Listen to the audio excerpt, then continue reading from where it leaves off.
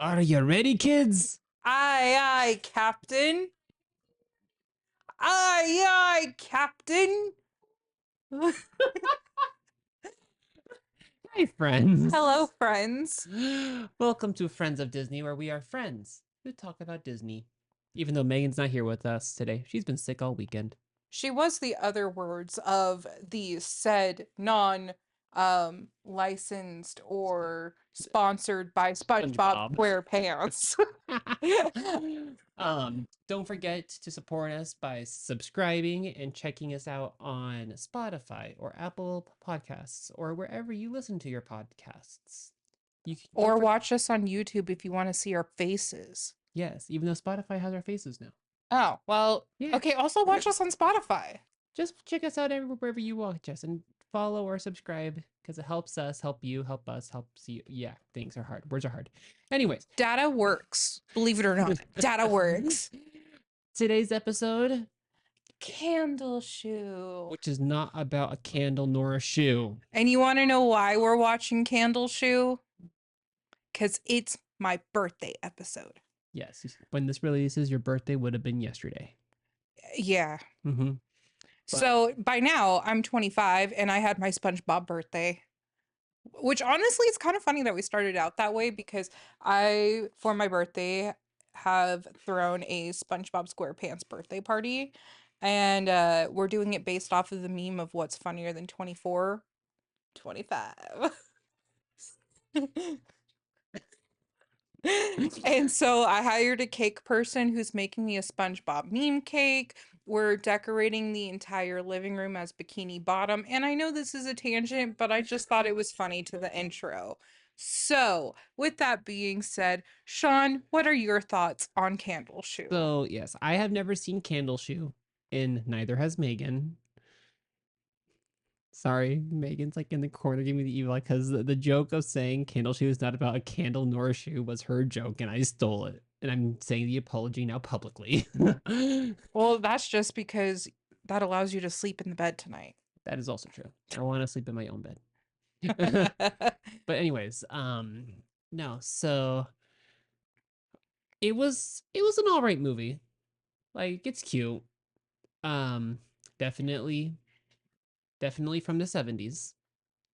Like, plot wise, it was all right, although I'm not a fan that it dropped a couple things off. There were a couple music choices, soundtrack choices that I have some thoughts about.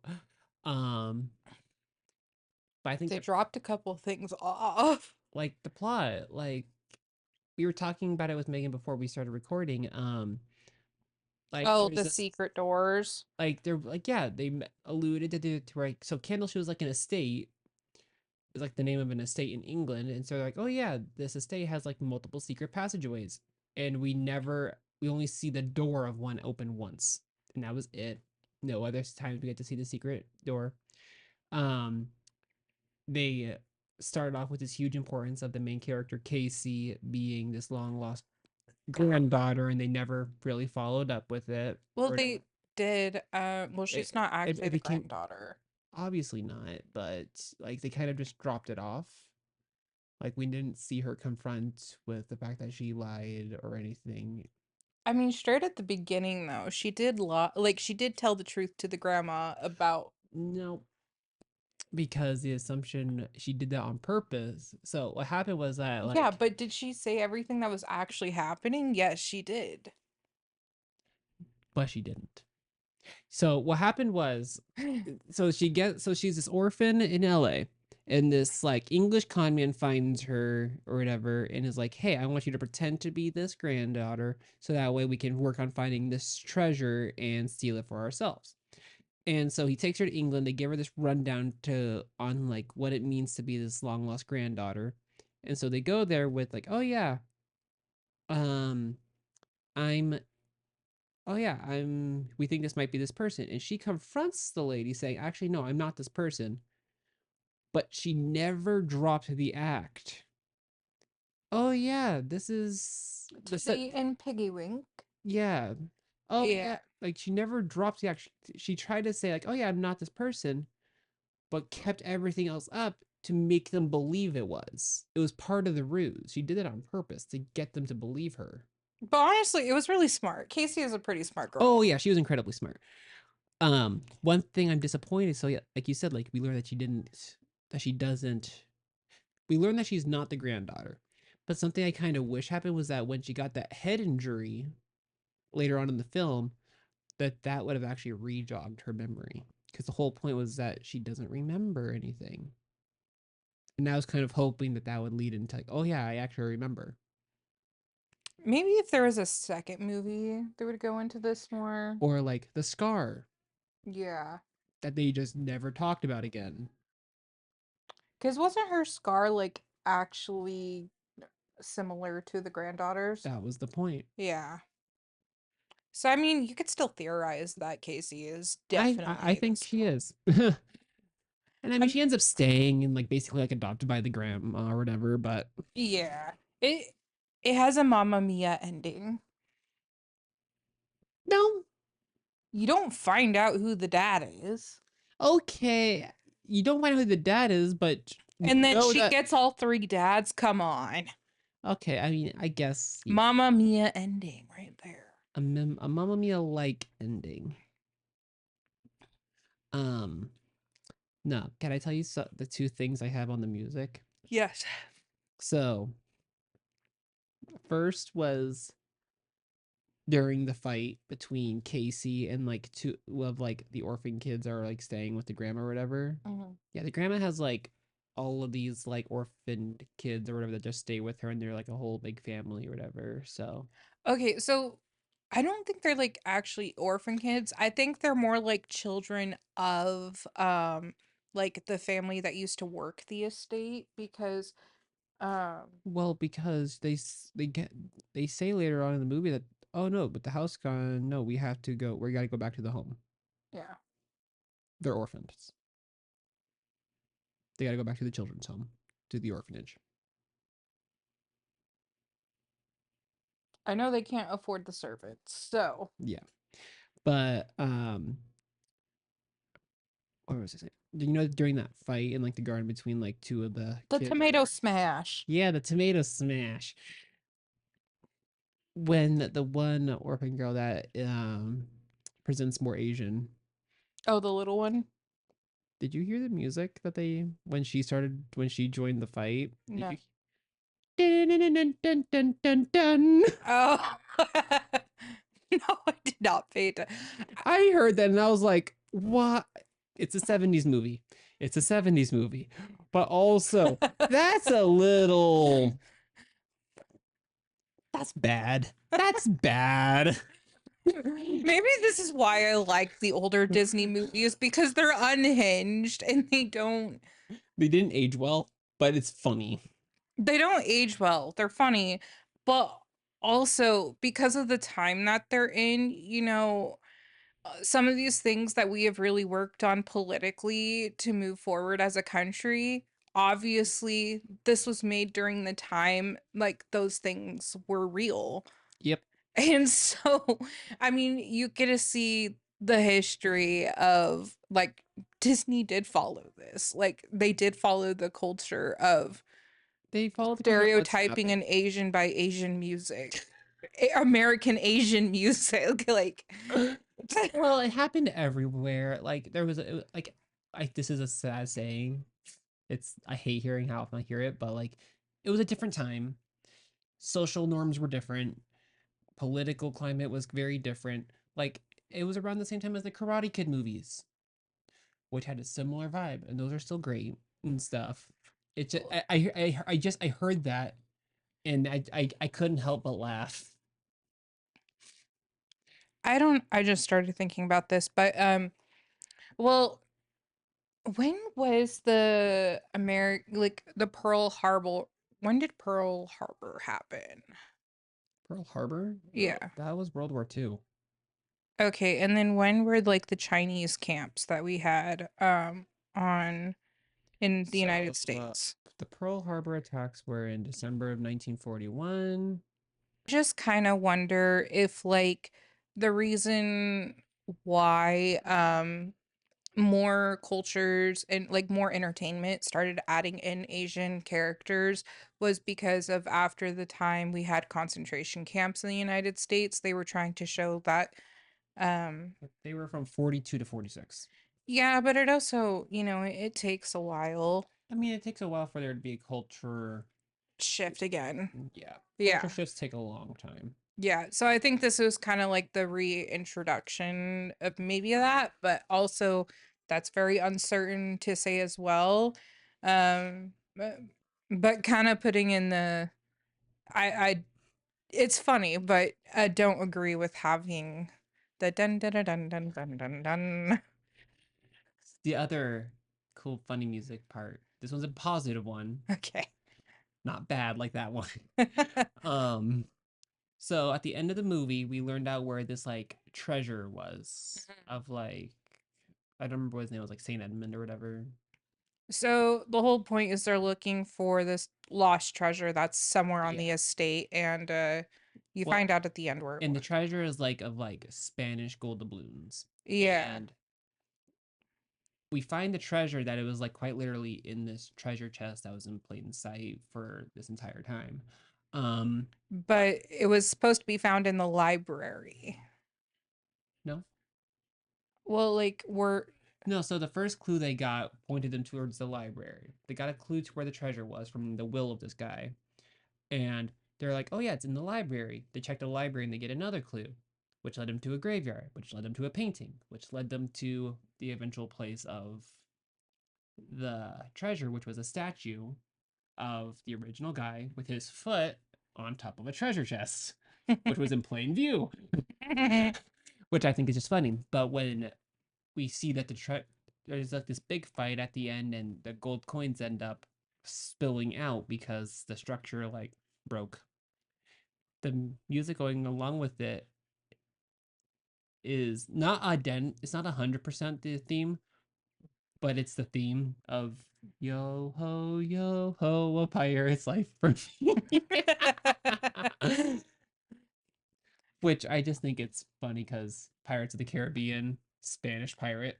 So with CandleShoe, I find it kind of interesting because obviously it's about finding hidden pirate treasure, but it doesn't occur on in the sea at all.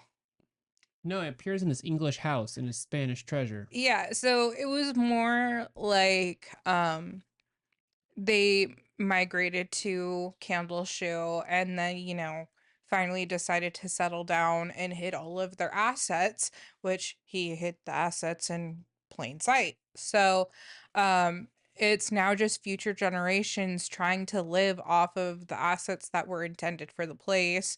And people know about the legends of where this man hid his stuff because I'm pretty sure he was just like, "Oh yeah, I'm going to settle in England at CandleShoe and I'm going to just put all my assets there," and used very specific wording of where in the library you could look for this clue, which honestly was kind of cool. I liked the fact that when the light went through the window, that's where you saw the next clue when it shadowed onto the wall. I agree. Although I find it funny that that didn't need to happen because it was from a stained glass window. Yeah. You go to the outside, you could read it off of the stained glass window.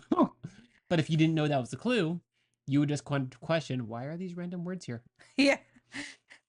I won't lie, I love a good treasure hunt movie. Like I think about like this or like National Treasure and See, I find stuff. it kind of interesting that you relate this to National Treasure in a way, because I definitely don't.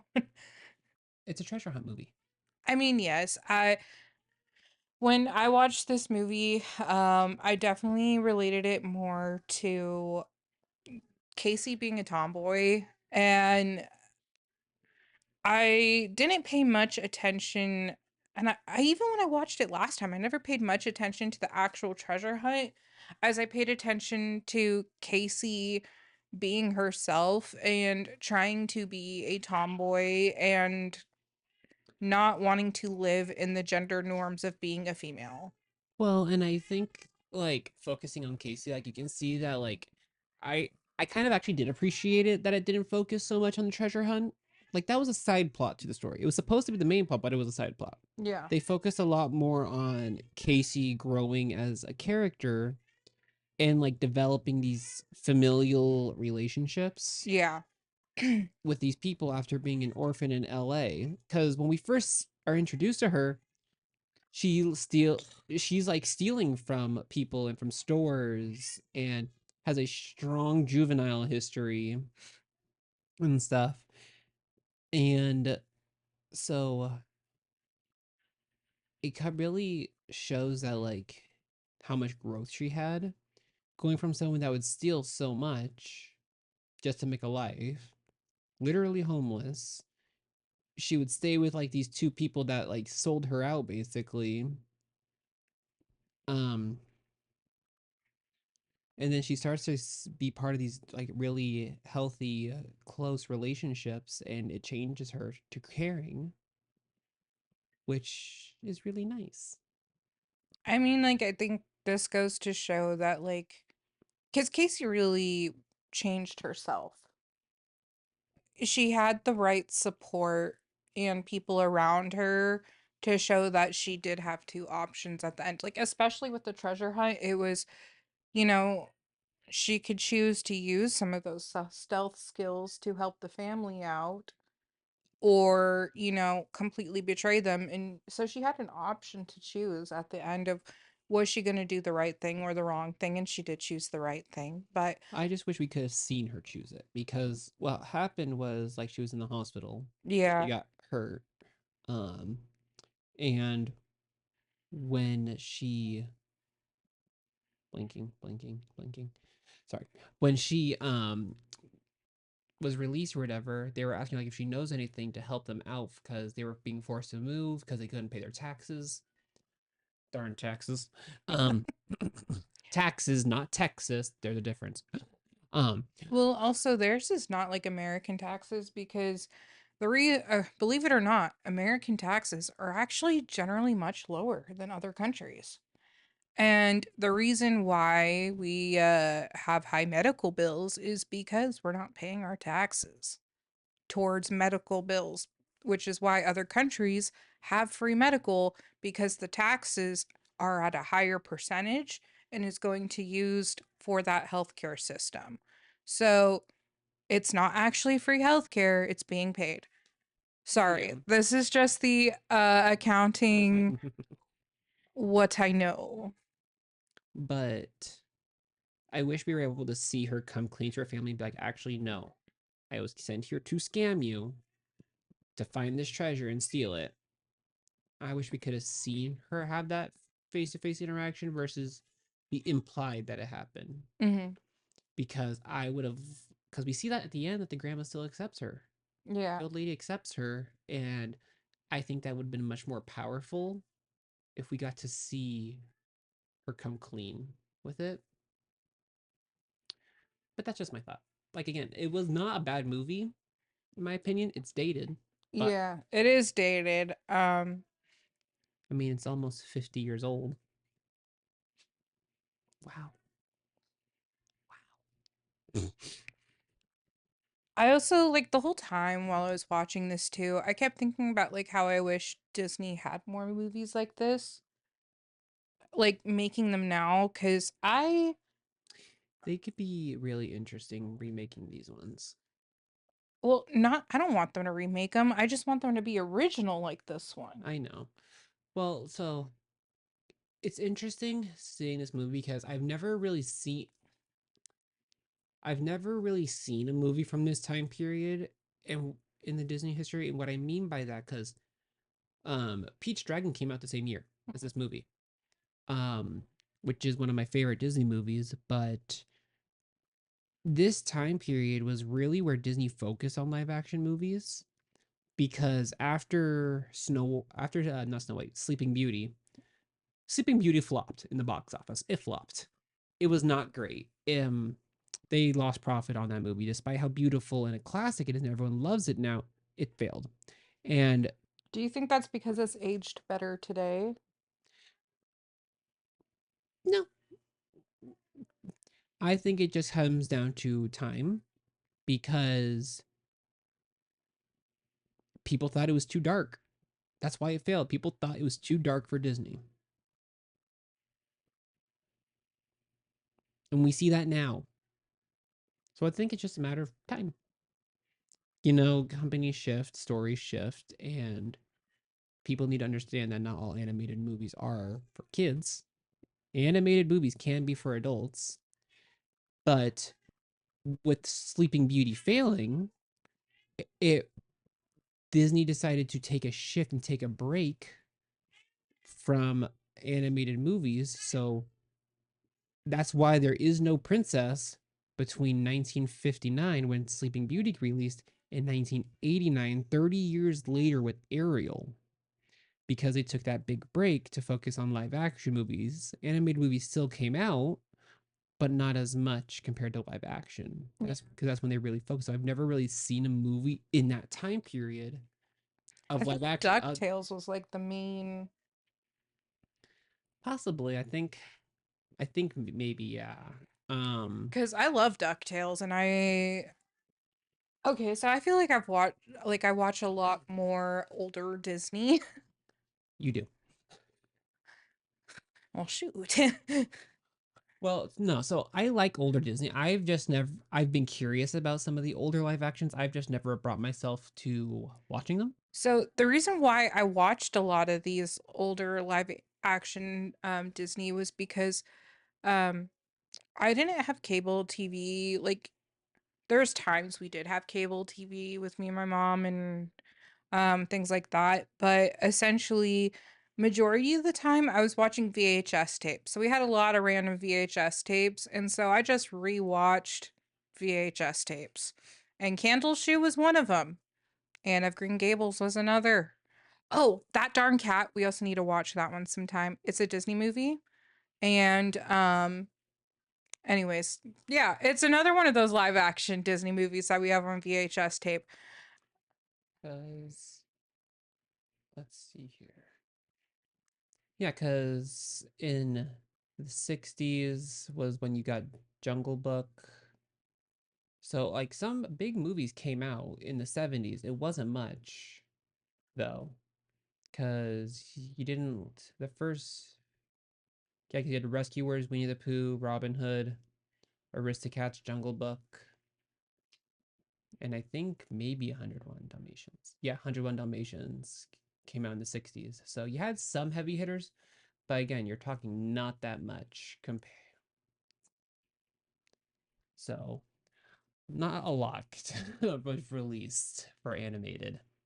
Some big ones were, but that was not the company's focus at all. And you can see that even in VHS tapes. You see a lot of like in like the VHS trailers, you'll see a lot of live action movies referenced. Yeah.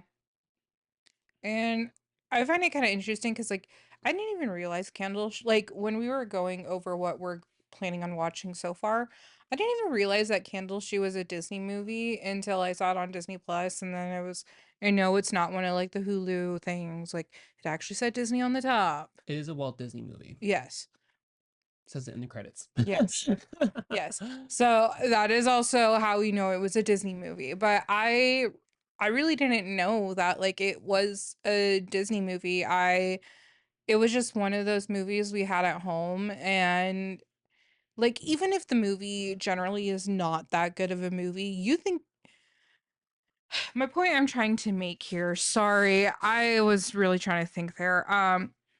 Is like you know how you have random movies that your parents bought and you go to watch it because it's what you own in the house, and maybe this doesn't age well with today because most people just have subscriptions and can watch whatever they want on a streaming platform, but back in our day. Okay, hold on a second. You brought up something that I was actually talking with Megan about once. So we have streaming now. Yeah. I think streaming has actually hurt a lot of people in finding things to watch. Like I don't know the right way to describe it, but like yeah, I had like live TV and stuff, and I had a giant bookcase at home at my parents' house with like movies and VHS tapes and stuff full of things I've never watched before. But I feel like streaming has hurt a lot of people's discovery of movies and stuff because you can watch whatever you want, whenever you want, and you're going to be inclined to watch things you like versus having cable or being stuck with what you own. You're stuck with what you have. Cable's going to have whatever cable's going to whatever's going to be on is whatever's on, Yeah. and you're not going to be able to find things as much. And so I feel like streaming services suck for trying to get people to rediscover old, like rediscover new Were things. you one of the people who watched like CBS Kids? CBS Kids, Yeah. possibly. Like Rough Ruffman, the Cyber, um, CBS or or PBS? PBS Kids. Oh my Oh gosh. my gosh, PBS Kids, yes. Zabumafu for life. Um, Okay, so like there were like going back in on this conversation though, but you know, like when you use and you can still use an antenna to watch cable, by the way. Um, PBS Kids was like my favorite channel, and I loved the Rough Ruffman show.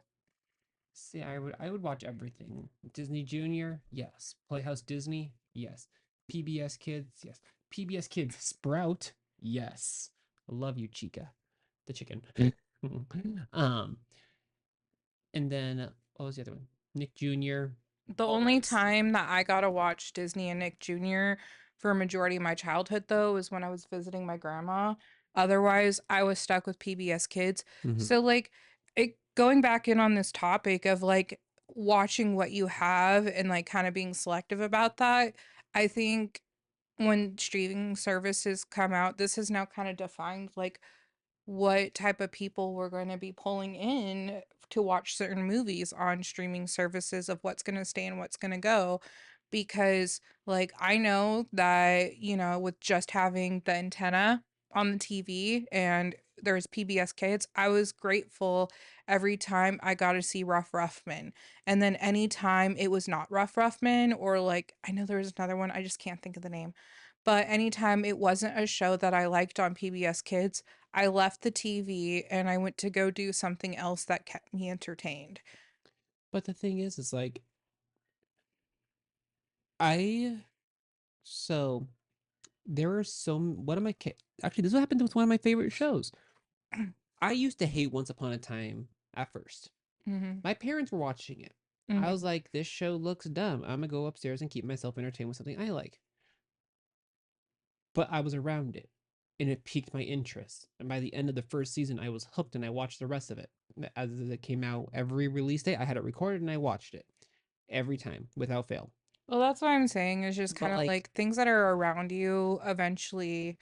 but what I'm saying though is like streaming services are taking away our discovery of finding new things that you may like to watch. Mm. What person's I know we're doing an episode on CandleShoe, and hopefully people will see this episode and go watch it. Like I recommend watching it.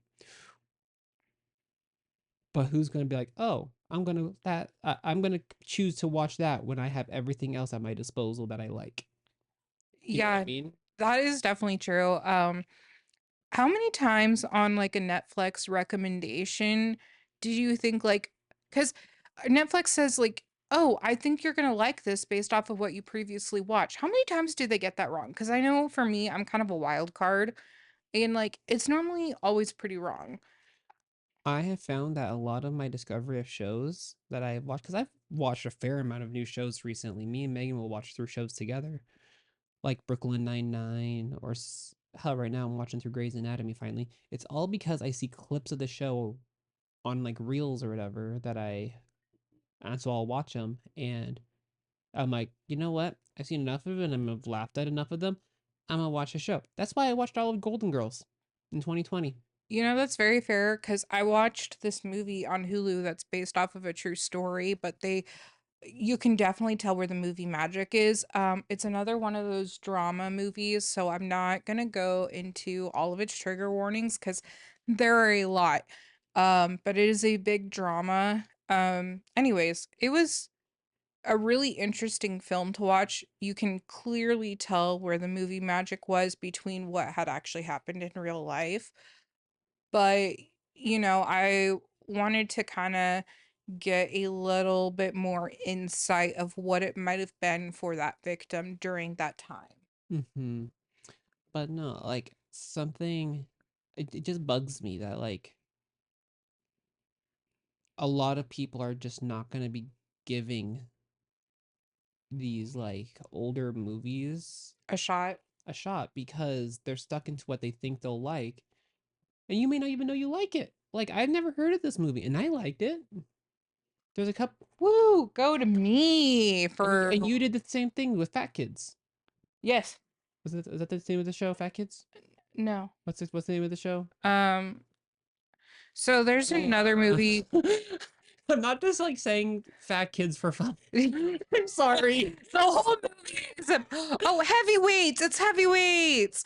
Okay, so there's also another Disney movie. We did record this episode, but we did not release it because yeah, we lost lost the the episode. It was great though because we piled up our area with food and we became a heavyweight for that night. But essentially, it's about this kid who gets sent to fat camp because he's fat.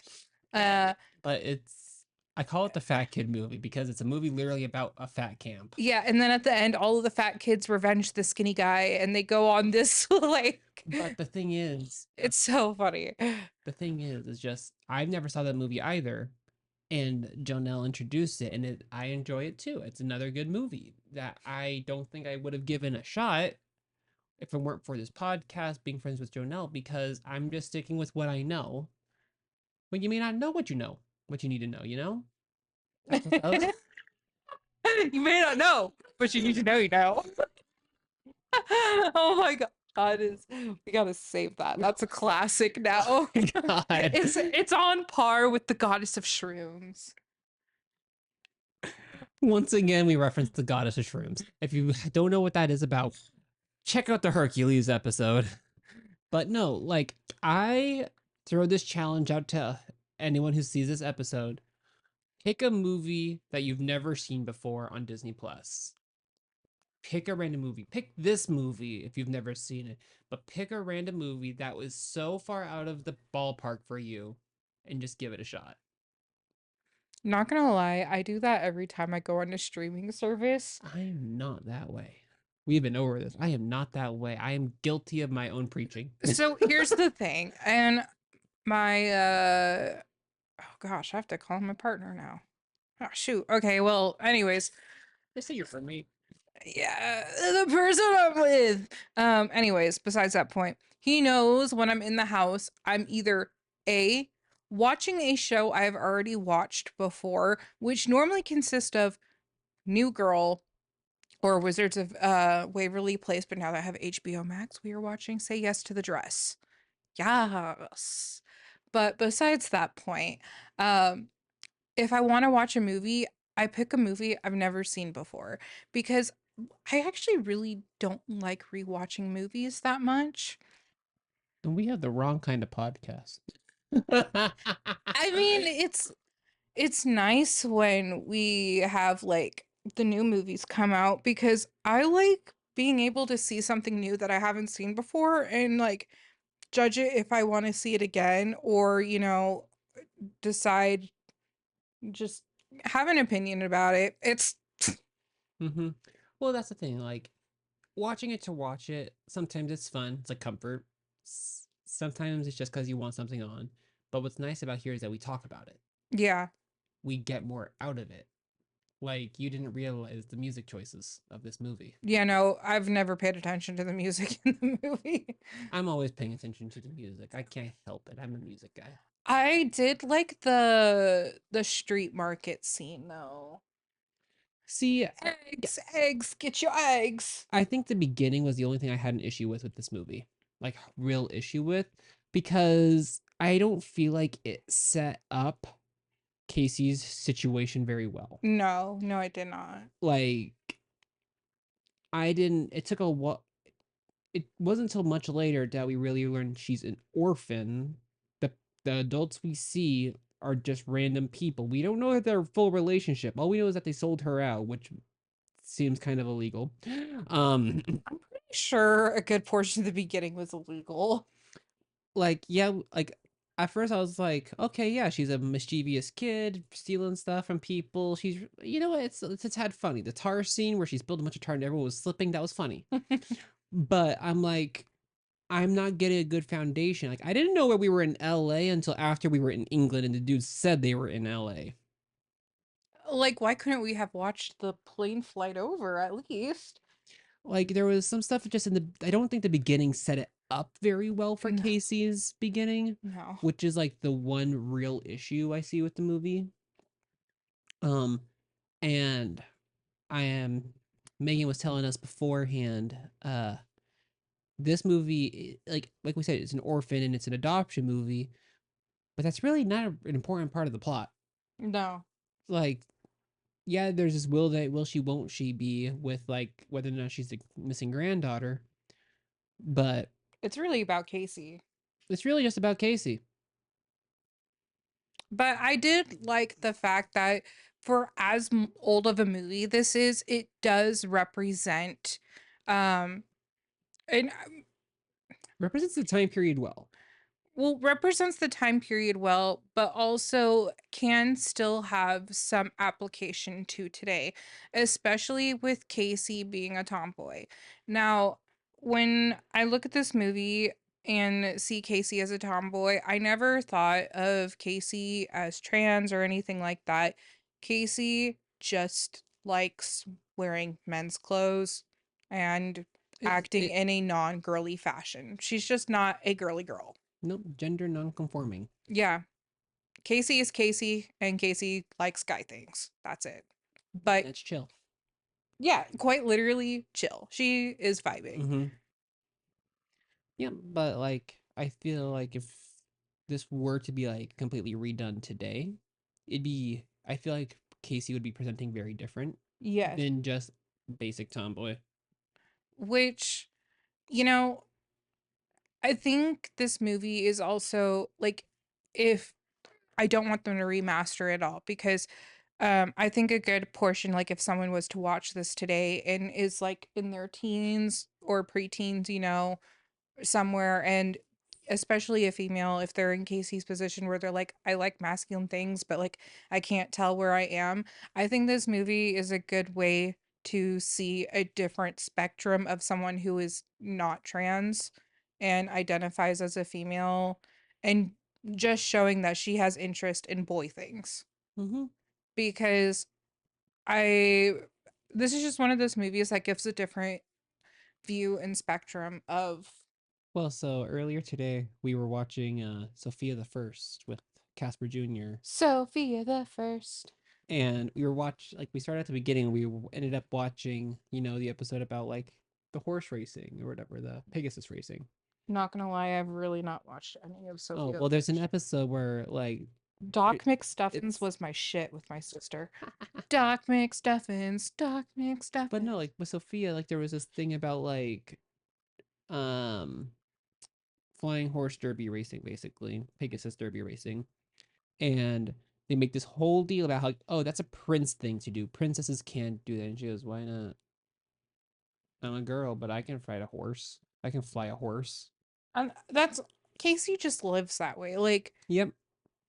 you know, she will put up the act that she has to be. Like, if she has to be feminine, she'll just be like, well, Teddy and Piggy Wink, Mm-hmm. She'll have an attitude Okay. about it because she hates it. About Teddy and Piggy Wink. Yes. Please tell me you saw that was a Winnie the Pooh and Piglet. I never paid attention to that. Apparently, I just pay attention to the weirdest snips because I've always just known it as Teddy and Piggy Wink. it is a Winnie the Pooh and a Piglet. Teddy and Piggy Wink. It is Winnie the Pooh. The plushes themselves are Winnie the Pooh and Piglet. Yeah, I never paid attention. But I can now see that. I pay attention to the weirdest things in these movies. I'm learning. Random 2 music clips, these random cameos of plushes of Disney characters that didn't come out till later, I think. Yeah. Oh my god. It's like one of those things where it's just like you can see the hidden Toy Story ball in the background of this photo of this one thing in this one movie. And it's all in relation to their siblings. You know what I mean? To be fair, Winnie the Pooh does take place in England. Okay, maybe they are referencing Winnie the Pooh. Let me see here. This came out in 77. Winnie the Pooh came out in 77. Okay, I'm calling it. They're referencing it. Okay, now we need to know which month. Okay, you talk while I do this. Okay. We're doing some investigative work. Doo. Wait, okay, is the Pink Panther copyrighted? I'm actually not too sure. Okay. Pretty sure it is. So Winnie the Pooh came out in March of 1977. Who is going to be the winner of referencing of references?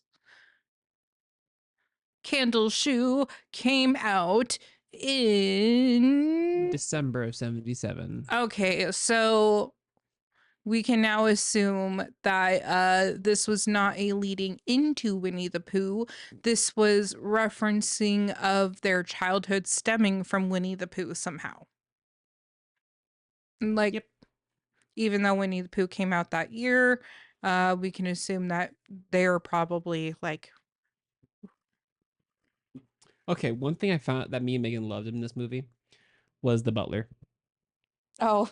How he kept on putting like the costumes to act like the other staff, even though Lady St. Edmund like knew. And the situation with the horse, that was funny. Have you ever ridden a horse? No, I've not. I technically have sat on a horse. There's I've this fed a horse, but I have not ridden on a horse. there was this big field behind my parents' house and stuff that was open to anyone. And I was out playing one day with some of my friends, and there was this woman up by that field, and she had a horse trailer, and she had a horse out, and we were like, what the hell? So we went and go look, and she let me sit on the horse. And I was in like middle school. The person I was in a relationship with for all of high school, his family, they had owned some horses. So I went over to his aunt's house and she let me feed her horse named Nibbles. Yeah. And I learned out shortly why the horse was named Nibbles. And honestly, it was the cutest thing ever. I was feeding the horse and then he started nibbling on my coat, which is why the horse was named Nibbles. But besides that point, what should we rate CandleShoe? Are we talking tomato meter here? Yeah. I've yet to be able to edit that in. What's your tomato meter of CandleShoe? We'll give each one and I'll find the actual Rotten Tomatoes on it, but I will say, I'll give it a nice 70% Rotten Tomato. That's 8 out of 10. I honestly think that is on par. Now let's see what Rotten Tomatoes has to say. All right. Are we matching or not matching Rotten Tomatoes? Oh my God. Rotten Tomatoes says 71% on the popcornometer, which is the audience score. It does not have an official tomato meter score because it does not have enough views on it. It only has 3 reviews, which is like not really a lot. But yeah, right around on popular rating, 70%. Yeah. Wow. Woohoo! We are on par. That was weird. That was too long. I was looking at the camera and I was like trying to give you a high five, and then I was like, where's the hand staying? And then that was too weird. Sean's I touched your hand. You weren't holding it, that's for sure. That'd be even weirder. With that note, I'm gonna let Sean recover and go hug his wife. And we will see you in our next episode. See you next week, friends. Bye. Bye.